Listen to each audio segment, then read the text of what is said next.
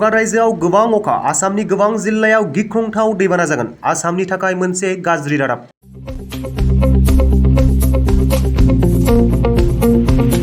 आसामनि गोबां जिल्लानि दैबानानि थासारिया गिख्रंथाव महर लानो हासिगौखौ साननाय जादों। मानोना गंगार रायजोआव गोबां अखा हागोननि सायाव सिगांग्रो मिथिसारलाइ फोसावदों।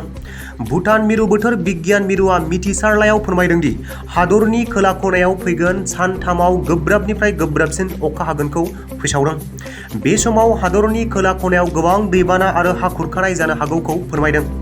भुटानआ फोसावनाय बे मिथिसारलाइया दा आफां आसामनि गोबां जिल्लाफोरनिसिम खैफोद लाबोगोनखौ नुहुरो।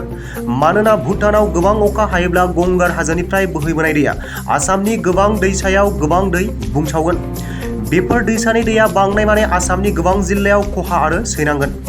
फोरमायनांगोन दि थांनाय साननैसोआव आसामजों लोगोसे भुटानाव गोबां अखा हानायनि जाहोनाव आफां आसामनि गोबां जिल्लाफोराव दैबानाया मा थासारि खालामदों बेखौ बयबो नुखागासिनो।